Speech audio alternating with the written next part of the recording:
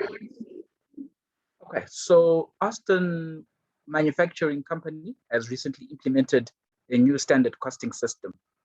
Part A, explain the purpose of standard costing. So this is pretty much straightforward. You are simply explaining the purpose, okay? You're simply explaining the purpose of standard costing, all right? So when you're explaining the purpose, you can also explain how standard costing works, all right? And why we sort of like, why would an organization want to use standard costing? So this is a 4-mark question. So you can simply state,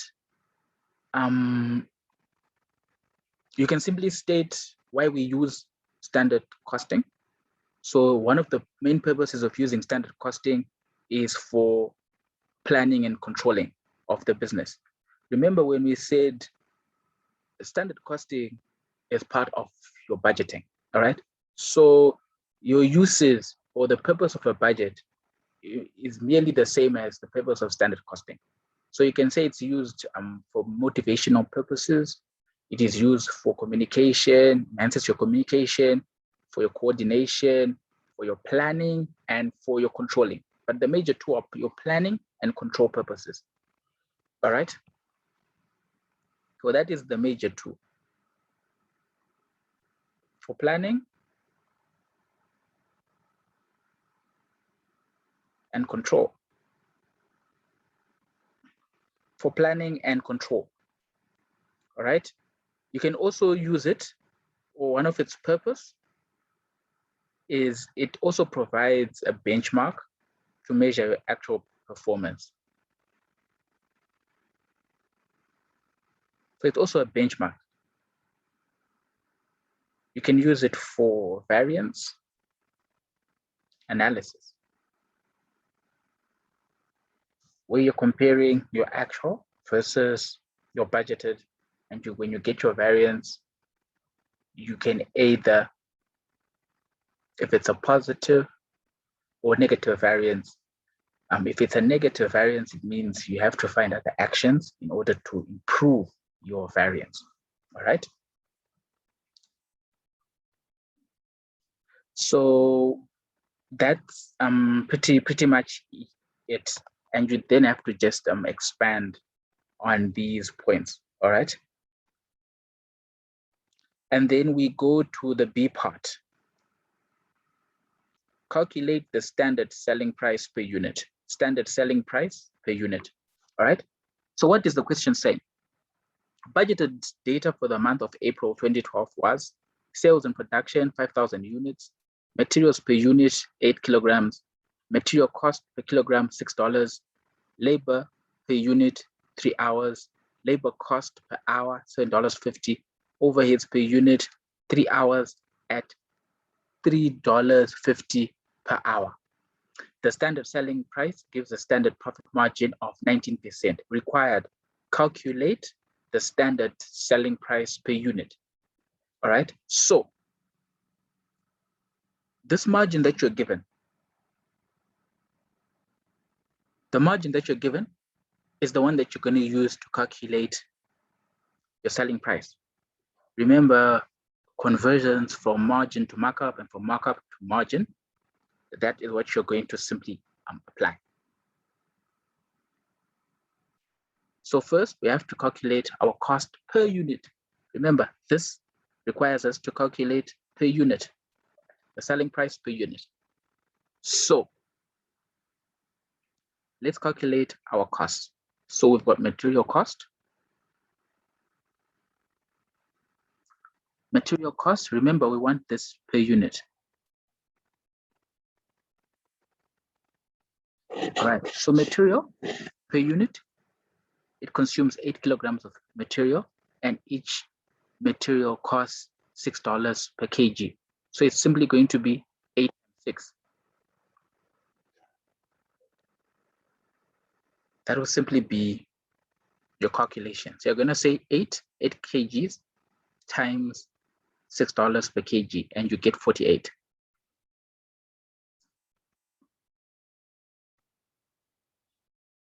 And then we go to labor.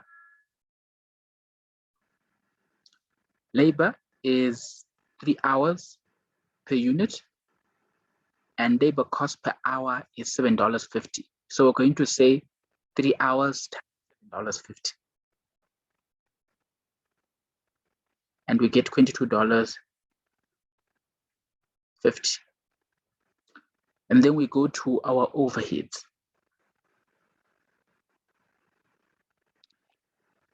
Overhead is $3 is 3 hours at $3.50 per hour. So it's going to be 3 hours times $3.50. And we get $10.50.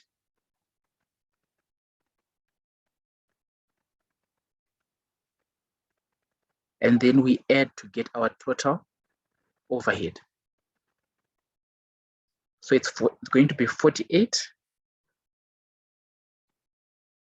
plus $22.50 plus $10.50. And you get a total of $81. So this is your total overhead or your total cost of producing 1 unit. After we get this one, what we are now doing is we now have to use the margin that we're given to calculate the selling price.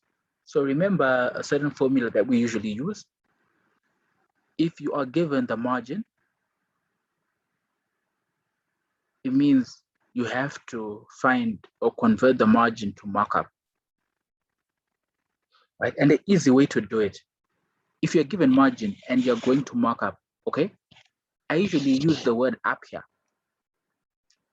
I just take the opposite. I'm no longer increasing it, but I'm decreasing my denominator. So what margin are we given? We're given a margin of 19%. So that's 19%. And we want to find the markup. So we can convert it to say 19 over 100. All right, when we want to convert to a markup, we're going to subtract the opposite of up here. So it's 19 all over 100 minus 19. It becomes 19 over 81. This is our markup. 19 over 81. And remember, we know what markup is. Markup is another way of just saying your gross profit over your cost. All right, that's your markup. So we can simply say gross profit, we do not know, right? The cost we know, it's 81. The markup we have, this is our markup. So you can simply form a simple equation. All right, gross profit over our cost is $81, is equal to our markup is 19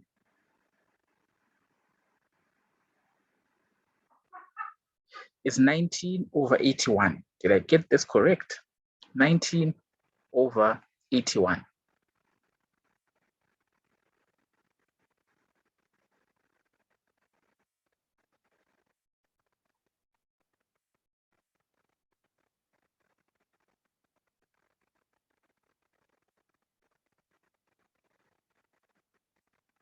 All right, so we want to find our gross profit. Our gross profit is going to be equal to 19 over 81 times 81 over 1. These 81s cancel each other. So our gross profit is going to be $19. So we now have our cost. Our total overhead is $81. We have our gross profit. Our gross profit is $19. So what is our sales? We add the two. 19 plus 81, we get $100. So this is our selling price. This is our selling price. This is our selling price. Our selling price is $100. And you get your 7 easy marks. Okay.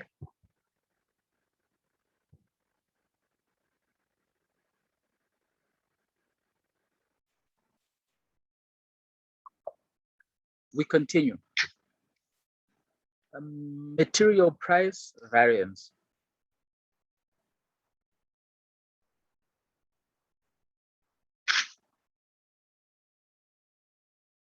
Material price variance, again, you're supposed to know the formula for material price variance. You are not given in the exam. So you should, by now, you should know these formulas. So it's going to be your actual quantity times your standard price minus your actual price. It's nearly the opposite in the bracket with our sales price variance. Our sales price variance starts with the actual price minus your standard price. But in our material price variance, our standard price is the one that starts.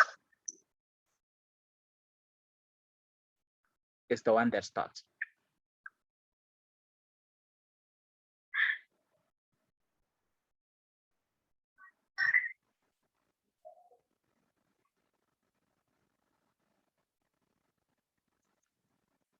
All right, so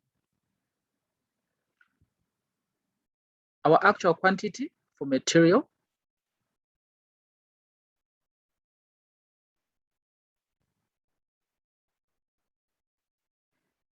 is 43,460. Multiplied by our standard price or standard material price. Standard material price is $6 minus the actual material price. So actual material price, we're going to find it by saying 271,625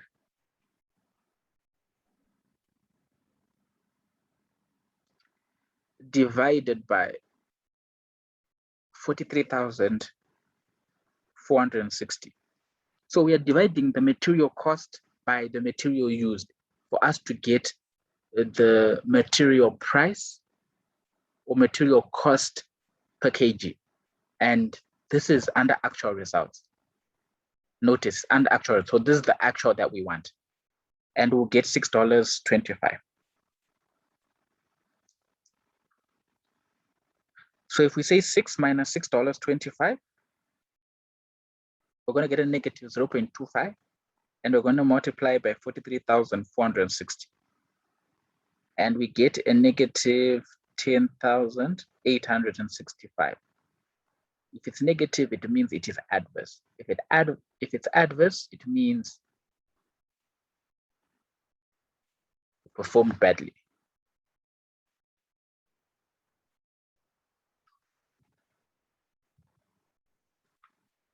And then we move forward to material usage variance.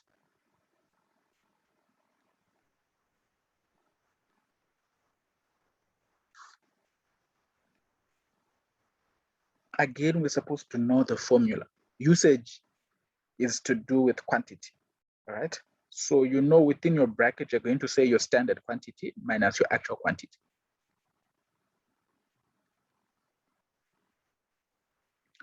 And you then know that that is going to be multiplied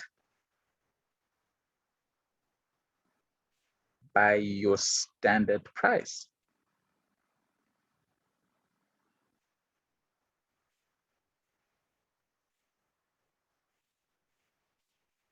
So we need the standard material price. We know this one, it is $6. Multiplied by our standard quantity minus our actual quantity. Our actual quantity, we know, we are given actual quantity, actual material used was 43,460.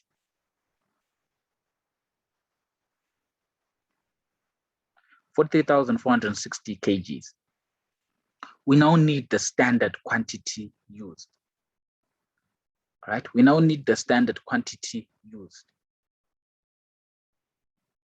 So here we definitely have to we definitely have to flex our budget. All right. 5, we would really need to know, because we want the material, the quantity of material used. Okay. So if 1 unit costs required 8 kilograms,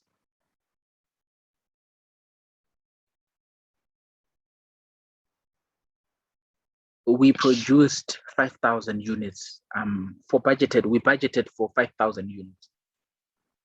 So it depends with how you would want to put this across. Okay, you can say 8 kgs times the number of kgs that, let's do this. 8 kgs times 5,000.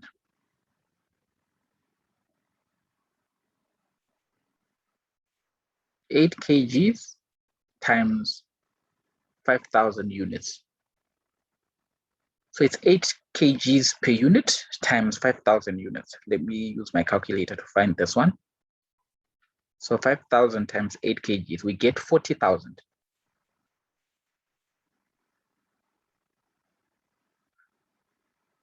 So 40,000 kgs. So for 5,000 units,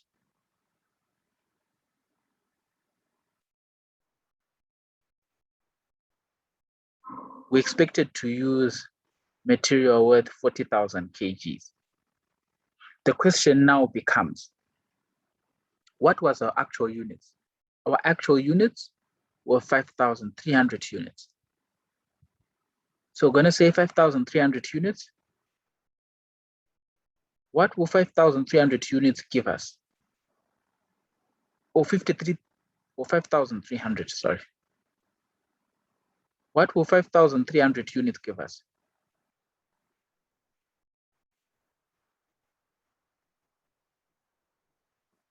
It would definitely be more. Simple proportion. So it's 40,000 kgs over 1 times 5,300 over 5,000. It's 40,000 times 5,300 divided by 5,000. You get 42,400. And those are kgs.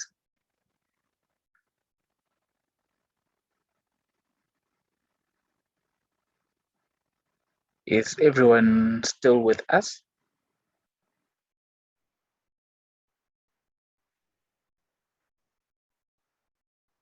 So we're going to come here and write 42,400. So we're going to say 42,400 kgs. This is now the flex quantity. All right. Less 43,460.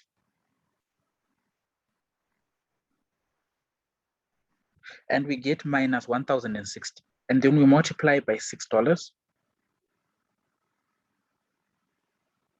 So our answer becomes negative 6,360. And because it's a negative, it's an adverse. And our material usage variance is 6,360, and it is adverse. Any questions on this one?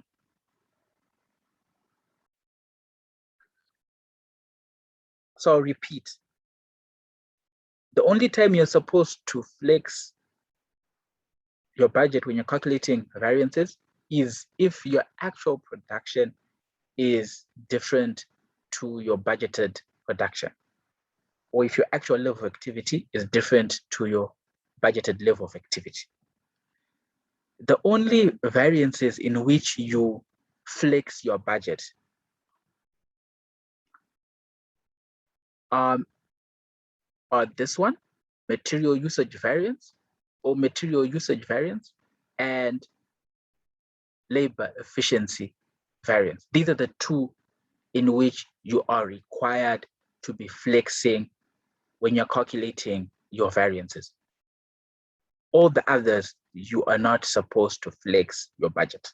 So please don't get it twisted or confused in any way. We then move on to our labor rate variance.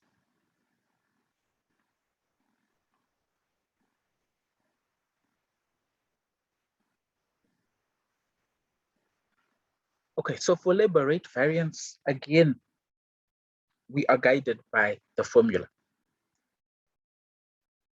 We always know that inside your standard rate less your actual rate.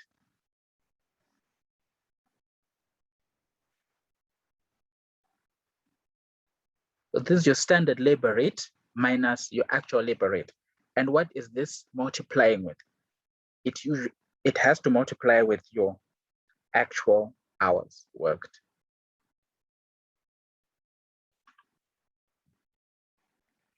So we go to a question. What were the actual hours worked? This is like given 15,500.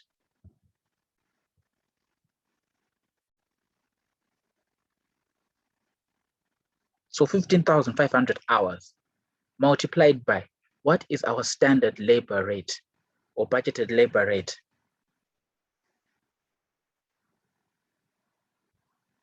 Again, it is given.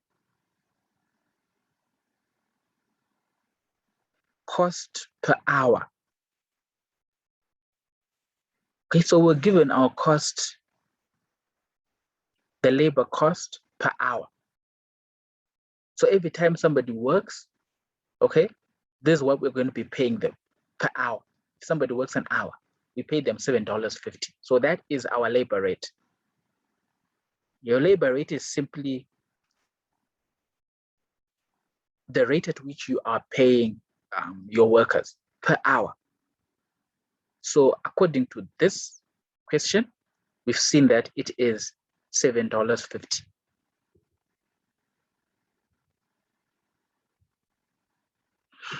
So we write our $7.50 less your actual labor rate.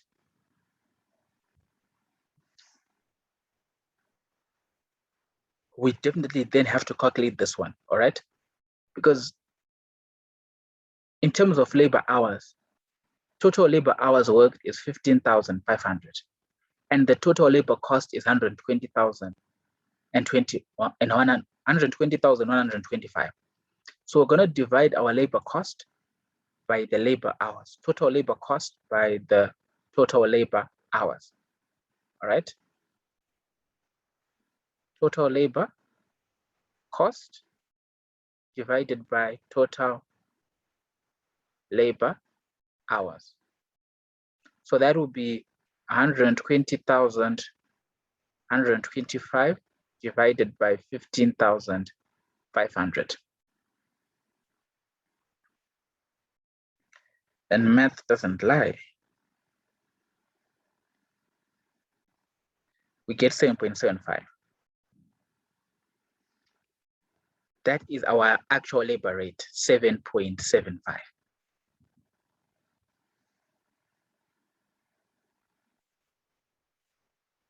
So we're going to say 7.50 minus 7.75, and we get a negative 0.25, and we multiply it by 15,500, and we get a negative 3,875. 3,875. We don't put the negative sign, we put an A to signal this is an adverse variance.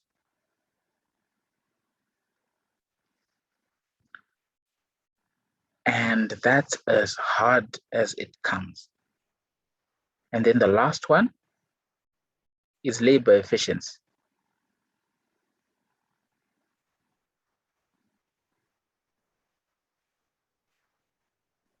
And this one, you guys have to definitely do this one. I'll just be following you guys, what you tell me.